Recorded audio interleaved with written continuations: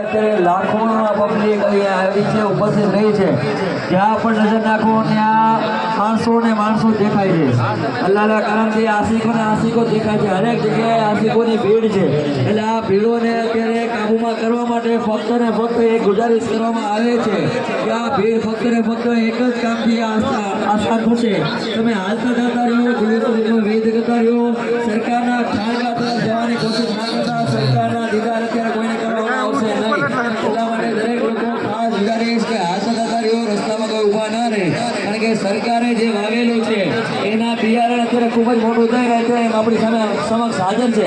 તો દરેક લોકો ખાસ હાલતા જતા રહ્યો, એક સાઈડ આવવાનો રસ્તો ને એક સાઈડ જવાનો રસ્તો રાખો, જેથી કરીને ખોટી ભીડભાડ ના થાય.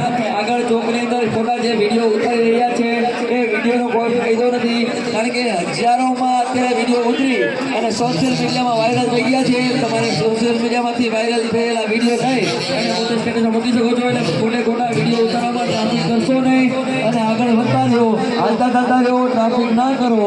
સરકારના ખાનગા તરફ જવાની કોઈ કોશિશ કરશો નહીં. અત્યારે ખામોશીની સાથે ઇખ્તિયાર રાખો અને દુરુસ્તીનો વિધ કરતા જાઓ. એમાં જ આપણને સહજનો આપણે હકદાર છીએ.